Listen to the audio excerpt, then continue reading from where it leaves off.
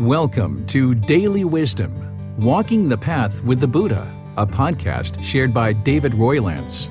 This podcast is dedicated to guiding you to completely eliminate the discontent mind and the suffering it causes by attaining enlightenment. Learn and practice the teachings of Gautama Buddha that will guide you to fully attain a peaceful, calm, serene, and content mind with joy. To support this podcast, visit patreon.com/support Buddha or visit buddhadailywisdom.com, where you will discover a full range of courses, retreats, and online learning resources to assist you on the path to enlightenment. Now, here's our teacher to share more.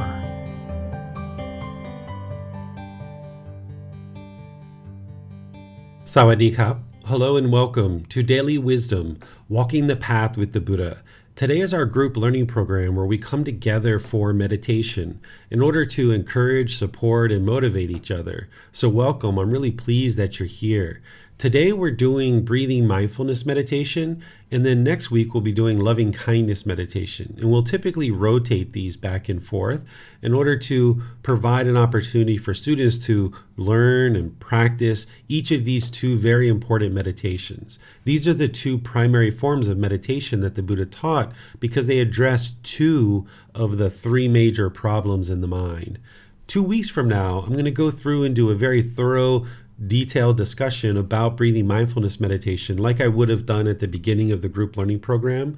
But since we're coming to the end of our program, I'm going to do that in 2 weeks from now. And then 2 weeks from the loving kindness meditation, I'll do a full out teaching on loving kindness meditation to be sure that as we're coming to a close of the group learning program, that you walk away with a deep understanding of what breathing mindfulness meditation and loving kindness meditation is doing and how to use it, how to practice it, why you're practicing it, and give you a chance to ask any and all questions that you like. This is a good way to kind of wrap up the group learning program. And then we're going to be doing 2 months of classes where there's going to be 8 unique classes that I haven't taught before. Those are going to be in November and December. They're going to be on Sundays. But then on Wednesdays, we're going to still be alternating between breathing mindfulness and loving kindness meditation. And then in January, we're going to be restarting the group learning program from the very beginning on January 8th. So today, I'll guide you guys in breathing mindfulness meditation. And then as we typically do, I'll just open up to any and all questions that you have related to the path to enlightenment.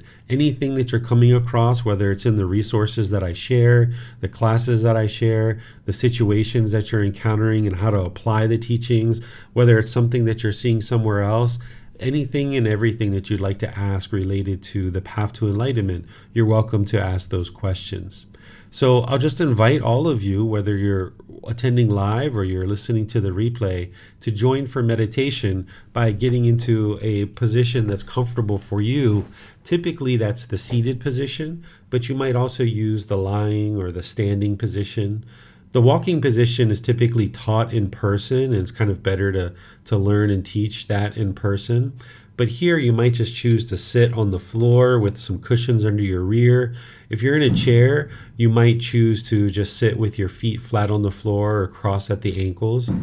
If you are on the floor, you might just lightly cross your legs rather than have them really, really tight, because if you have them really tight, it'll tend to cut off the circulation, and then it's going to cause pain in the lower body. You would like the hands and the arms to just be resting comfortably in the lap. There, you usually put your right hand over your left with your thumbs together. But if that's uncomfortable for any reason, you could also put your palms on your thighs or your knees or your palms up, whatever is comfortable for you, just so that your lower body and the hands and arms are completely relaxed without any muscles engaged whatsoever. Then you'd like to just close the eyes and start breathing in through the nose and out through the nose. Here at the beginning of your meditation, you're just establishing the breath. Or you might choose to go into chanting, and I'm going to do some chanting to ease us into meditation, and you're welcome to join along, or you can just hang out here with the breath, and then I'll be back with some more guidance to help you get deeper into meditation.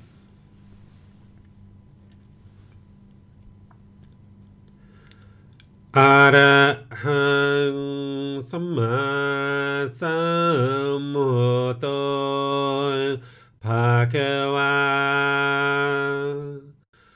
พุทธังภะคะวันหังอภิวาเทมิ สวากขาโตมหาควตาธัมโม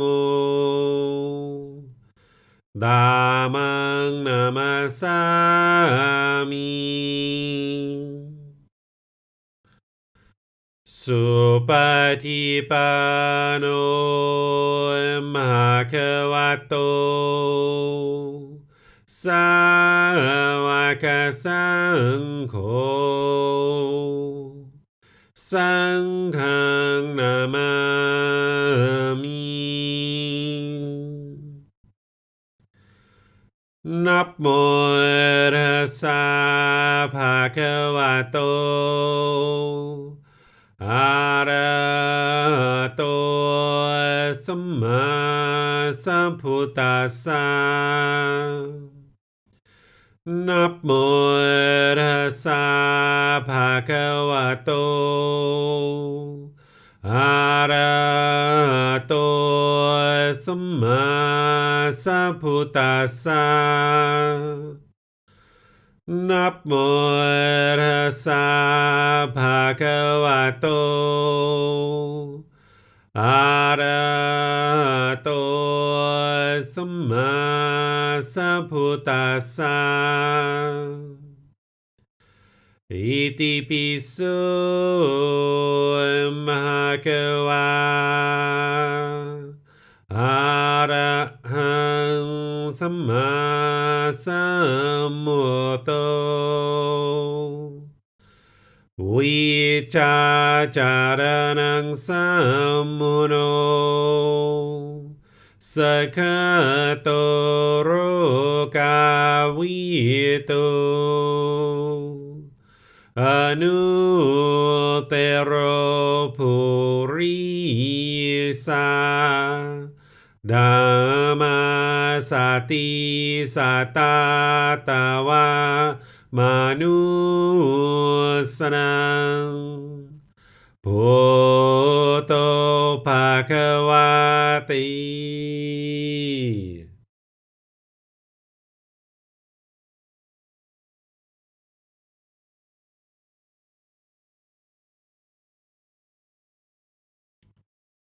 Okay, you should just be breathing in through the nose and out through the nose. Here you're just establishing the breath. A nice, gradual, natural inhale through the nose.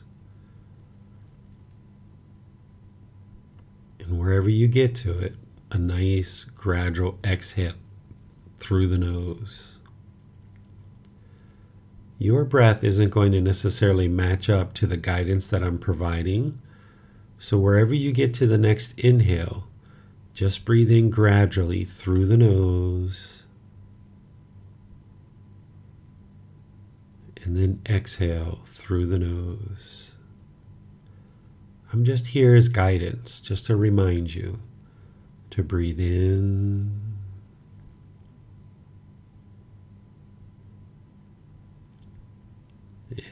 out.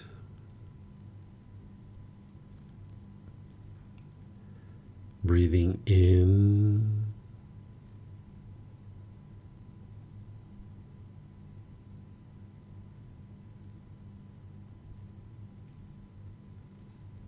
and out.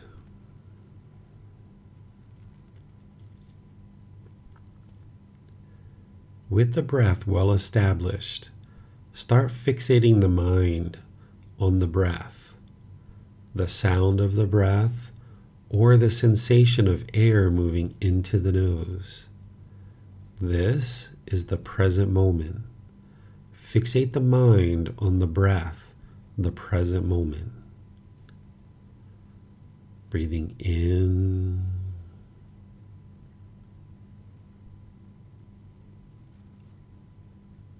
and out.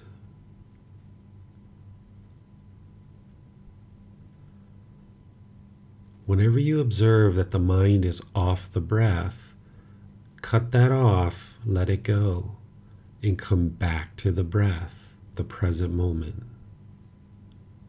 No need to judge the thought, no need to analyze it, no need to try to figure out where it came from, no need to label it.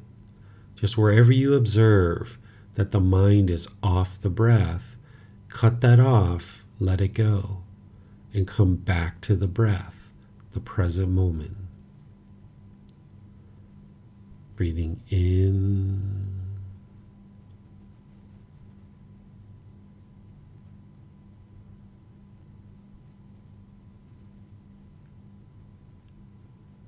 and out.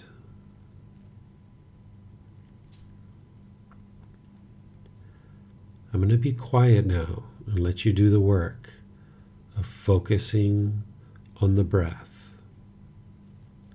Wherever you observe that the mind is off the breath, just cut that off, let it go, and come back to the breath. You have nowhere to go. There's nothing to do. No one needs you right now. Just focus on the breath.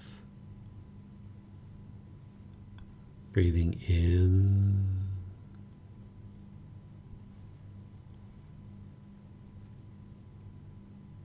and out.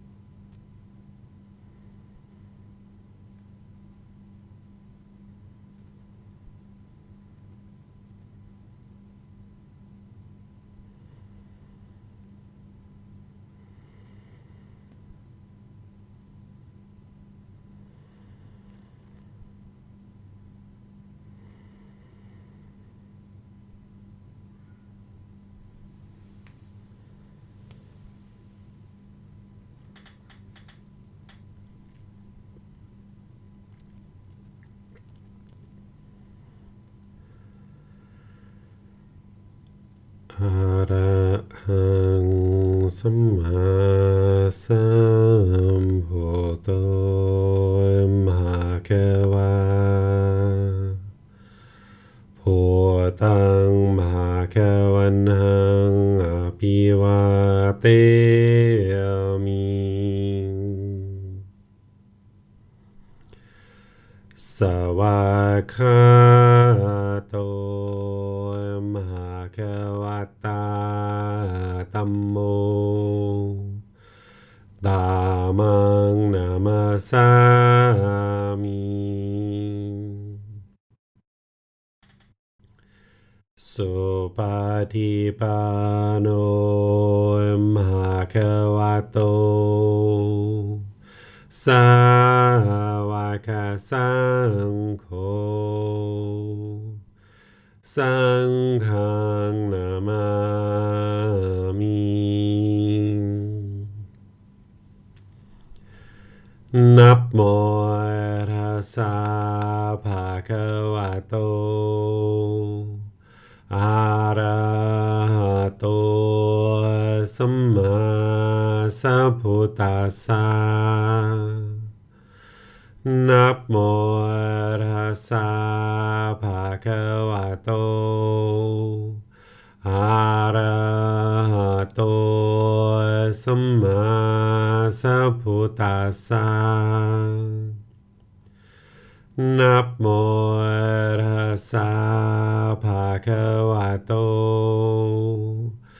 อะระหะโตสัมมาสัมพุทธัสสะอิติปิโสมะคะวะ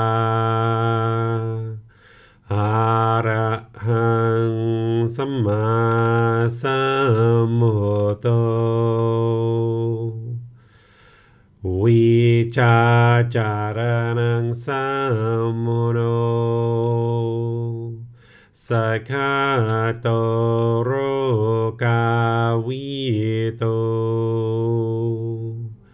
อนุเตโรปุริสาธัมมาสติสัตตาตาวามนุสนังพุทโธภะคะวะติ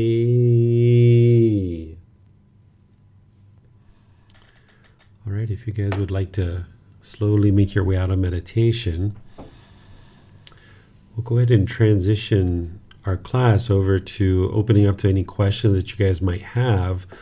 You can put those into Facebook, YouTube, or Zoom. Our moderators will see that and be sure your question gets asked. Or you can electronically raise your hand in Zoom and ask any questions or follow-up questions directly. Yes, sir. It's understood that the guidance generally is to not meditate with a timer. When we're in a situation, though, where we only have a set amount of time where we could meditate, could we use a timer? Not really to time how long we're meditating, but just to give us an endpoint of, okay, your time is up, you have to go do this next thing in your life, sir? Yeah, so meditating without a timer is not permanent, right? So there's going to be maybe an occasional situation where you need to use a timer. If you're going off to work and you only have a certain number of minutes that you can meditate, that's probably an ideal time that you would perhaps use a timer because you can't be late for work. But in situations where you don't need one, maybe in the evenings or the weekends or something like this, it's better not to have a timer, because what I observed is that either your mind's going to be sitting there thinking, is it time yet? Is it time yet? Is it time yet? Is it time yet? Which is craving. So you're trying to get rid of that stimulus where the mind's not thinking about how long, so that you can get rid of the craving. Or the other option is what can happen is you can be really deep in meditation, getting all kinds of benefit, and then your timer goes off, where if you didn't have that timer, you could have gotten so much more results, so much more benefit from meditating. So where possible, don't use a timer, but where you need one, go ahead and use it. And then because we're meditating and building up to 30 minutes or more, the way that you accomplish this is you look at the time before meditation. So, 9 p.m. And then you start meditating. And then when you're done, you look at the time again and it's like, 9:15. So that means you weren't meditating with an alarm. So your mind wasn't craving an alarm. Is it time yet? Your mind wasn't interrupted by an alarm, but you just looked to see what time you started and what time you finished, so you know how long you meditated for. And then when you see that you're not quite at 30 minutes, then just keep building up to that. So maybe once a week, you would like to kind of check in on your meditation and see how long you've been meditating for. I even still do this today. I will check my timing of meditation about once a week just to ensure that I'm at that 30-minute mark and that I'm meditating for as long as I think I'm meditating. Because sometimes you get so deep in meditation, it can seem like hours went by, and then you look and it's like, whoa, that was only 15 minutes.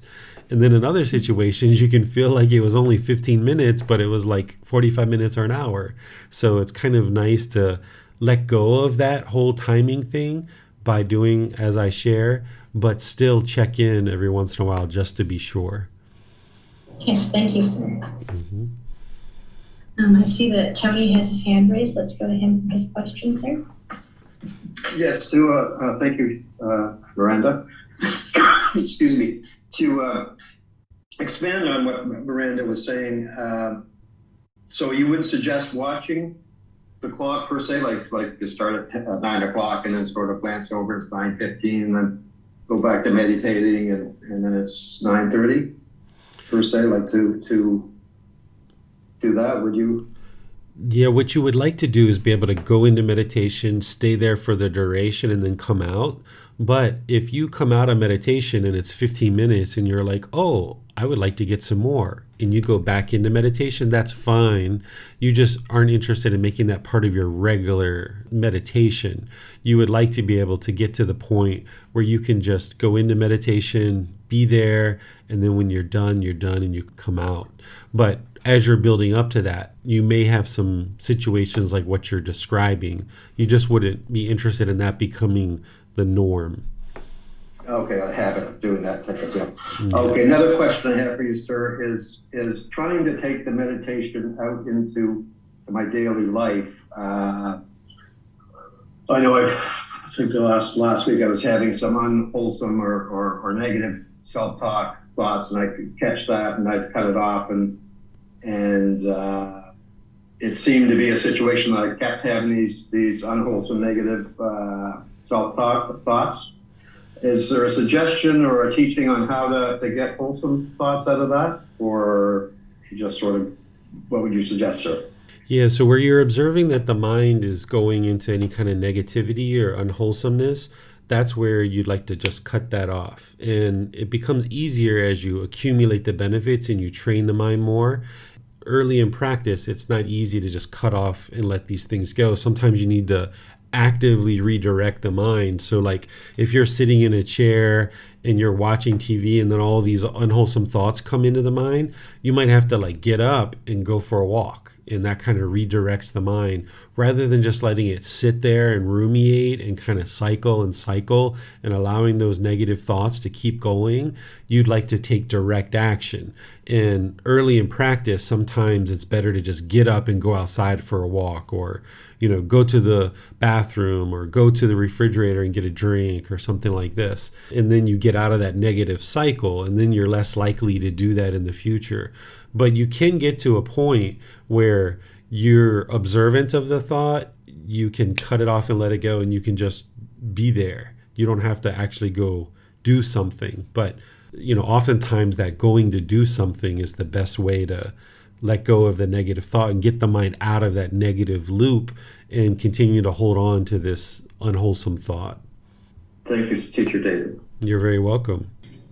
Yes, Teacher David, to kind of branch off of that, especially early in practice, when it's noticed that the mind seems to really not be quieting down with thoughts during meditation,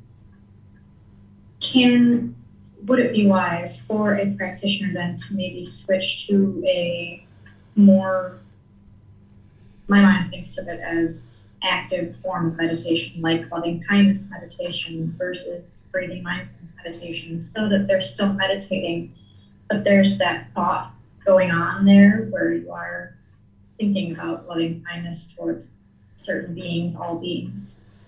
You can do that. Another thing you can do is when the Buddha guided meditation, he talked about, reflecting on impermanence and things like this. You can see it in his words. So if you're having a lot of thoughts in meditation and you can't cut it off and just come back to the breath and come back to the breath, sometimes what you can do is for a few moments or for a few minutes is just as you're breathing in, just realize these thoughts are impermanent. These thoughts are impermanent. These thoughts are impermanent. And then you breathe out. It's all impermanent. These thoughts are impermanent. And just kind of soak that in and then try to go without thinking that, and then just try to go back to the breath without thinking about that, because again, you wouldn't be interested in that becoming the norm.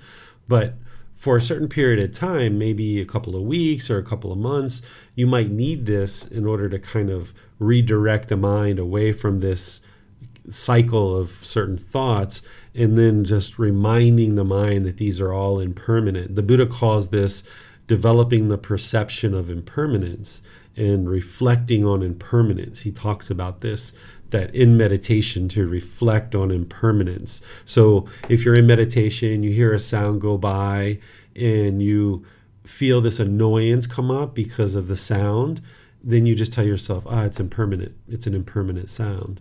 Or you feel a sensation in the body, like you feel like you would like to itch it. You just tell the mind, it's impermanent. It's impermanent.